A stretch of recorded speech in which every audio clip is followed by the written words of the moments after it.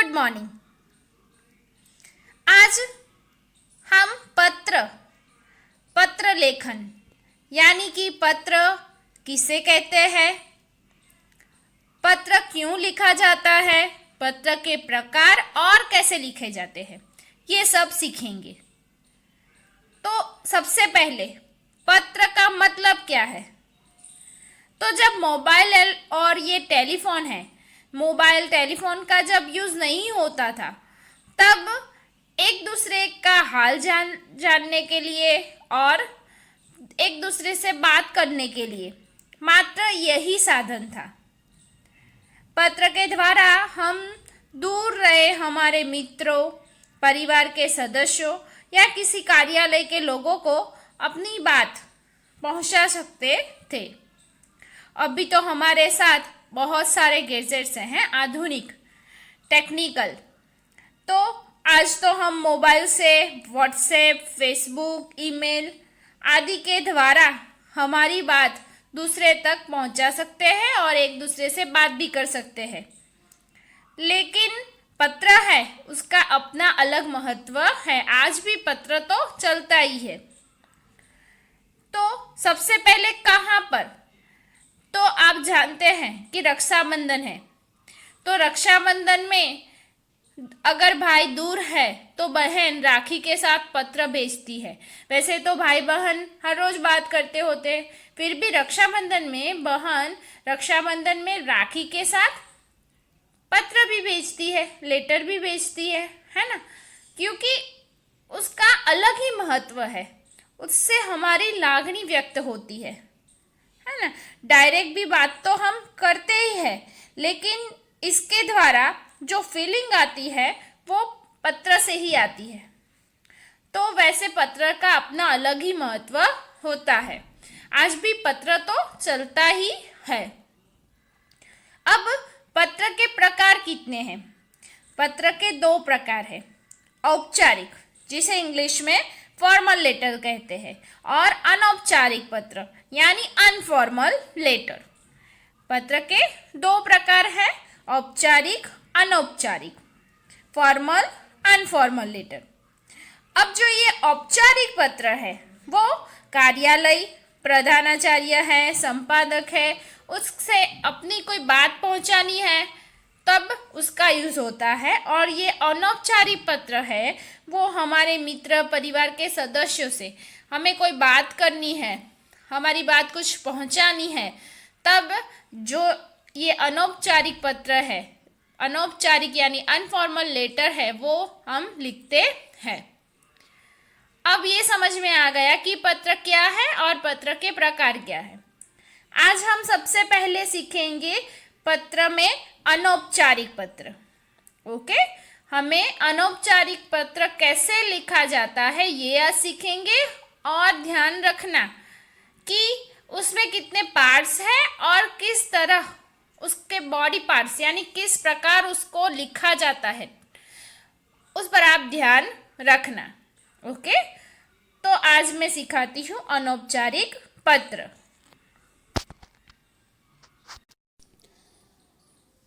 यहाँ पर एक अनौपचारिक पत्र लिखा है, जो है जन्मदिन पर अपने मित्र को बधाई पत्र लिखिए। मित्र है यानी कि अनौपचारिक पत्र है और मित्र को जन्मदिन की बधाई देनी है। अब स्टार्ट करते हैं पत्र। पहले है अपना पता। तो 20 आनंद भवन, कनक सोसाइटी, गोमतीपुर, अहमदाबाद 380021। दिनांक 16/12/2018, 16 दिसंबर 2018। अब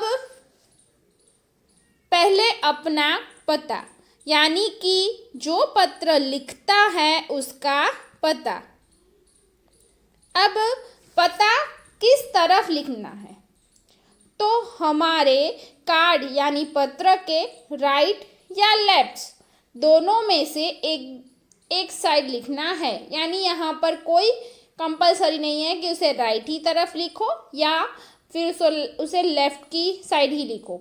दोनों में से कोई भी एक जगह आप लिख सकते हो। यहाँ पर हमें कार्ड में राइट हैंड साइड, हमारे लेफ्ट हैंड साइड, कार्ड में राइट हैंड साइड लिखा है। आप दोनों में से किसी भी एक तरह लिख सकते हो, लेकिन एक बात का खास ध्यान रखना है कि अगर आपने राइट हैंड साइड लिखा तो जहाँ पर जिस साइड पता लिखा है उसी साइड आप संबंध और नाम लिखेंगे। यहाँ पे ऊपर इस साइड लिखा है तो यहाँ पे उसी साइड संबंध और नाम लिखा है। अगर इसे आप लेफ्ट हैंड साइड, यानी कि वेट अ मिनट, अगर आप इस साइड लिखोगे तो आपको ये वाला बी इस साइड ही लिखना है। संबंध और नाम भी इस साइड ही लिखना है, यानी कि जहाँ पर पता वहीं पर संबंध और नाम। ओके, अब आगे पता कैसे लिखना है, एड्रेस पूरा लिखना है, नंबर, सोसाइटी का नाम, यानी पहले घर नंबर, सोसाइटी का नाम, एरिया का नाम, फिर हमारी सिटी का नाम, उसका पिन कोड, उसके बाद कंपलसरी दिनांक यानी डेट। ओके, ये है हमारा पता, एड्रेस। और एड्रेस किसका, जो भेज रहा है उसका अपना एड्रेस, जो पत्र लिख रहा है उसका एड्रेस, यानी अपना पता। ये याद रखोगे तो याद रहेगा कि हमारा पता, जो पत्र लिखता है उसका पता यहाँ पर आएगा। फिर है संबोधन यानी जिसे हम पत्र लिख रहे हैं उसको संबोधन। जैसे यहाँ पर प्रिय मित्र सुनील, अगर पिताजी को लिख रहे हो तो पूज्य पिताजी। अगर कोई गुरु को पत्र लिख रहे हो तो आदरणीय गुरुजी। तो इस प्रकार अपने स्वजन को संबोधन यहाँ पर देना है। अपने घर के सदस्यों को इस प्रकार अपने संबंध के अनुसार संबोधन यहाँ पर लिखना है। फिर अभिवादन सबसे पहले आता है अभिवादन। आप देखो किस प्रकार शॉर्ट वाक्य में है ना, लंबा लंबा नहीं लिखना है, शॉर्ट एंड स्वीट लिखना है। अभिवादन है तो नमस्ते, सादर प्रणाम, सप्रेम नमस्कार। तो इस प्रकार सिर्फ शॉर्ट में अभिवादन करना है। फिर आगे है पत्र लिखने का कारण। तुम्हारे जन्मदिन की दावत का निमंत्रण पत्र मिला, मुझे बहुत प्रसन्नता हुई। इस खुशी के अवसर पर मेरी ओर से हार्दिक बधाई। मेरी मंगल कामना है कि तुम हमेशा स्वस्थ रहो और तुम्हारी उम्र बहुत लंबी हो। अभिवादन कर दिया। फिर पत्र लिखने का हमें कारण बताना है कि क्यों हम पत्र लिख रहे हैं, वो भी कैसा, सरल शब्दों में और छोटे छोटे वाक्य में। कि तुम्हारे जन्मदिन की दावत का मुझे पत्र मिला, मैं बहुत खुश हूँ, मेरी ओर से इस अवसर पर तुमको बधाई। अब मेरी मंगल कामना है कि तुम हमेशा स्वस्थ रहो और तुम्हारी उम्र बहुत लंबी हो। पत्र का विषय वस्तु, पत्र लिखने का कारण उसका जन्मदिन है, इसलिए आपने बधाई देते हुए पत्र लिखा है, ये कारण है।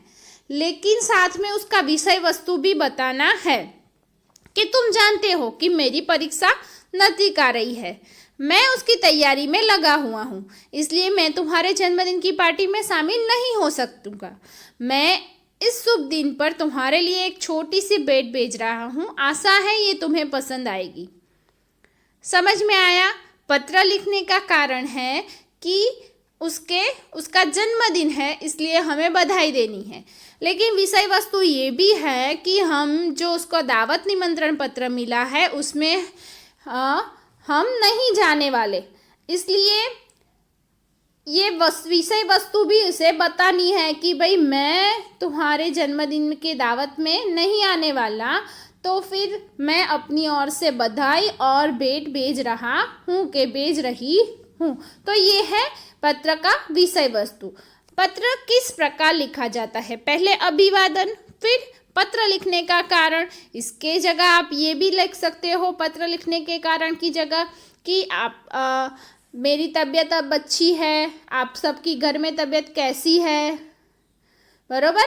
तो इस प्रकार शॉर्ट एंड स्वीट वाक्य में आप इस प्रकार लिख सकते हो पत्र लिखने का कारण, या फिर थोड़ा घर के लिए है तो घर के लोगों की तबीयत के बारे में पूछकर 2-3 वाक्य लिखने हैं। और फिर पत्र का विषय वस्तु मेन, जिसके कारण ये पत्र का विषय वस्तु और पत्र लेखन से ही पता चलता है कि ये पत्र किसके बारे में है, क्यों लिखा गया है। अब आगे समाप्ति। आप किसी को फोन करते हो तो क्या करते हो?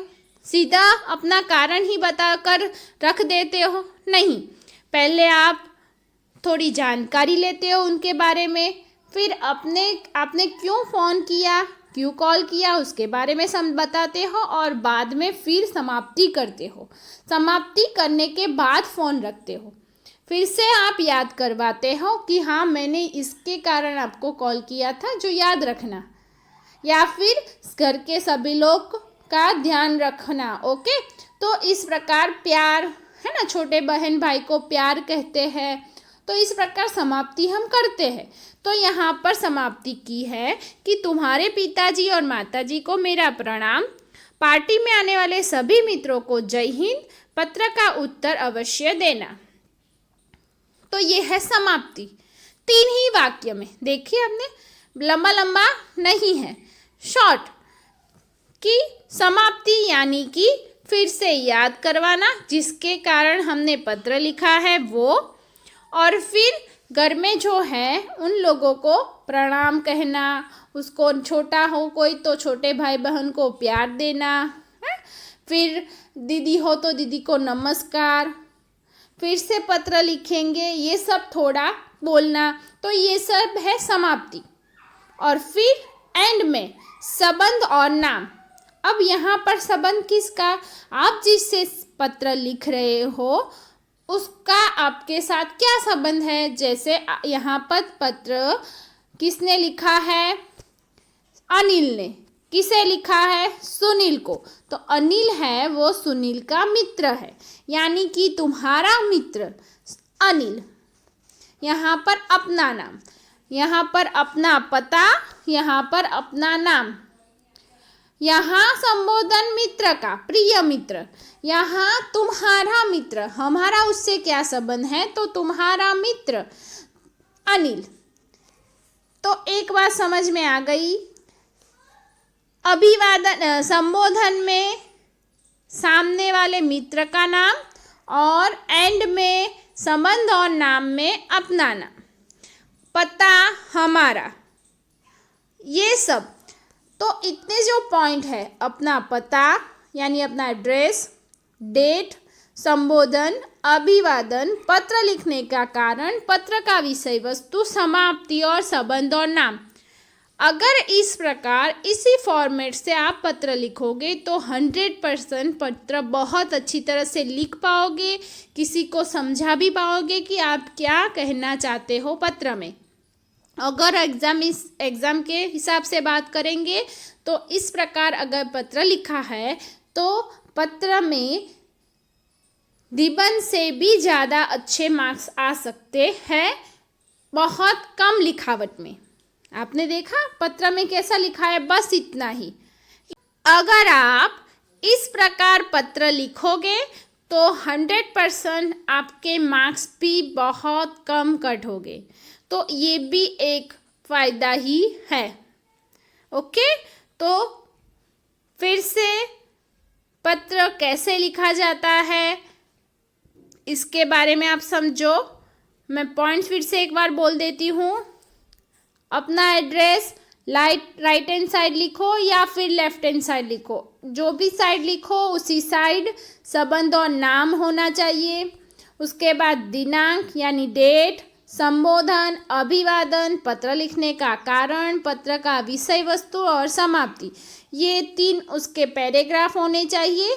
और बाद में संबंध नाम, मेन वस्तु संबोधन, जिसको पत्र लिख रहे हैं उसको संबोधन, और संबंधी नाम वहाँ पर हमारा नाम, जो पत्र लिखता है उसका नाम।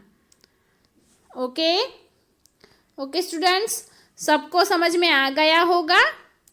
फिर भी एक बार फिर कोई भी एक टॉपिक पर आप पत्र लिखो और प्रैक्टिस करो। Okay, thank you.